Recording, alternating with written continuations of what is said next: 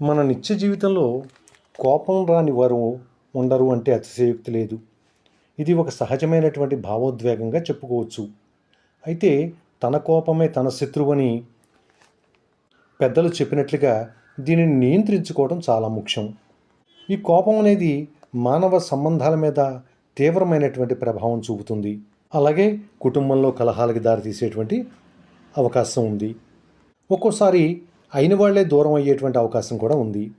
మన జీవన శైలిలో మార్పులు, అలాగే పరిసరాల యొక్క ప్రభావం, అనేకమైనటువంటి సామాజిక అంశాలు, అలాగే కుటుంబంలో ఉండేటువంటి సమస్యలు, మానసిక ఒత్తిడి, అభద్రతాభావం, అసహనం ఇవన్నీ కూడా కోపానికి దారితీస్తూ ఉంటాయి.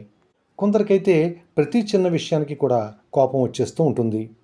కోపం వచ్చినప్పుడు శరీరంలో జరిగేటువంటి ప్రతిస్పందనలో భాగంగా కొన్ని ఒత్తిడి హార్మోన్లు విడుదలయ్యేటువంటి అవకాశం ఉంది.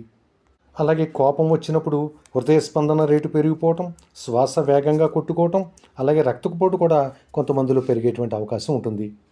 కొంతమంది కోపం వచ్చినప్పుడు ఆవేశంతో బాగా ఊగిపోయి ఏదేదో మాట్లాడేస్తూ ఉంటారు. అలా మాట్లాడే ముందు ఒక్కసారి ఆలోచించుకోవడం మంచిది.